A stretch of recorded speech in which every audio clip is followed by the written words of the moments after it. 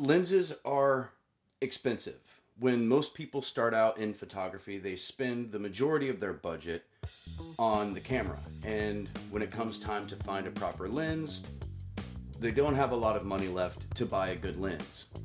Or so you might think. First-party lenses are usually the highest in price, but even third-party lenses can be into the multiple hundreds of dollars. Today, I want to review a lens that has great specs, high quality build, and doesn't break the bank.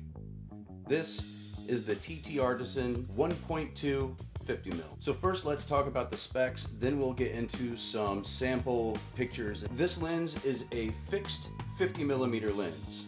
That means that this will only ever be a 50mm lens. It's not a 52 anything. But bear in mind that this is for an APS-C size sensor, so that 50mm is more like a 75, which in my opinion makes it great for product photography, portrait photography, and just really versatile all around. It's got a maximum 1.2 aperture, which is pretty wide open, allowing a lot of light to get in, giving you the bokeh and background blur and compression that a lot of people want and a lot of people associate with that professional look, which this lens can absolutely do for you. However, if you are a perfectionist, I think you should know there is a bit of chromatic aberration when the lens is used wide open.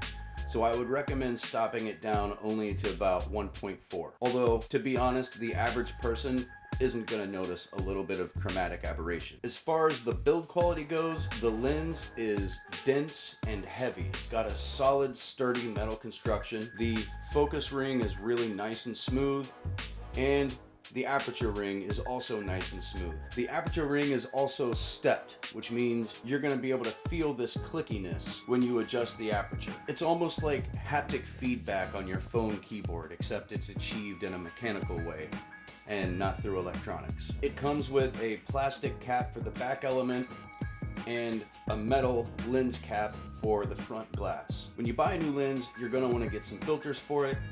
It's important to note the filter size for this lens is 52mm, so you're going to want to make sure to get the right sized NDs, polarizers, pro mists, whatever it is you want to use. If you ever need to know what size filter your lens needs, it's indicated to the right of the symbol that looks like an O with a line through it. As far as packaging goes, it comes in a nice solid box with a foam cutout which the lens sits in. It also comes with a nice per gear microfiber cloth, and it also comes with a little carrying pouch bag thing, but quality of that is pretty low, so I really don't think you're even going to use it. So what kind of images are you going to be getting with this lens? Let's go to the backyard, find a subject, and take some sample pictures. So all I'm going to be using to get these shots is the TT Artisan 1.2 and my newer polarizer filter, just to get rid of any of the reflections that might be bouncing off of the Pichu statue. If you don't know what a polarizer does, it's gonna blow your mind. Check this out. So you see how reflective this grill is, and you can see the reflection of the sky and the edge of the house here. If you have a polarizer, let me bring that down a little. If you have a polarizer, you can actually get rid of a lot of the reflection.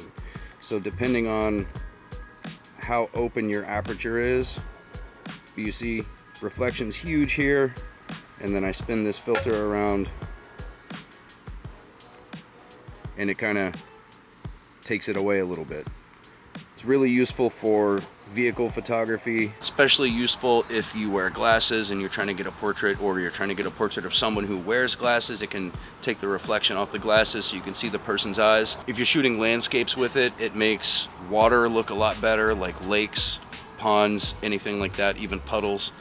It's really handy to have. It's like $25. I'll leave a link to it so you can pick one up for your TT Artisan lens. All right, so we got Pichu on the little pile there, and I'm just gonna fire off some shots with the TT Artisan lens so you can see what this lens is capable of.